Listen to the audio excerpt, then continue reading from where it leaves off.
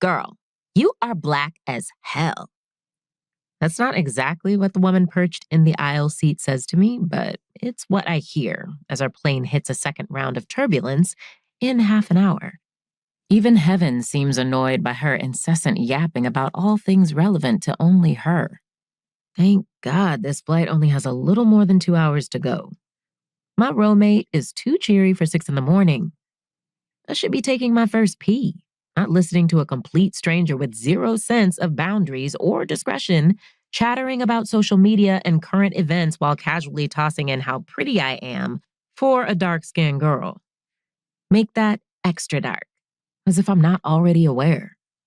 Her thin lips latch onto the rim of her styrofoam coffee cup as she flips her bright red curls, utterly oblivious of how insulting her backhanded compliment really is. Somehow, my blatant snub and wide-eyed silence isn't the effective deterrent I'd hoped it would be. Now she's circling from waxing about visiting her elderly grandfather for a spell in Frisco, Texas, back to her fascination with my skin.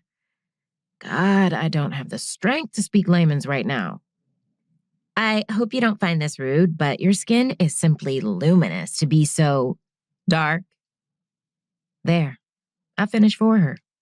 She knows it's rude before she alludes to it. My submissive face takes over as I lean against the window, observing her green eyes grow into saucers and soak up all this darkness in awe. Makes you want a Snickers, huh? Her paltry giggle in response to my direct jab is a staunch reminder of the harsh scrutiny my particular shade of black forces me to deal with every day. She just doesn't get it. She chirps her name as if I care enough to register the pointless syllables in my memory bank. Sandy, Penny, Chrysanthemum, hell, who knows what she just rattled off. For the rest of this flight, from Los Angeles to Dallas, all I want to hear is my playlist while I catch a few Z's. What's-her-name blinks, taking a brief respite from her irrelevant musings to breathe. Facing me, she rests an elbow on the armrest and perches her head on top of her hand, curiosity etched across her heart-shaped face. Seriously, if she doesn't stop staring, I will invoice her for a counseling session. Sis acts like my skin's giving her third world healing.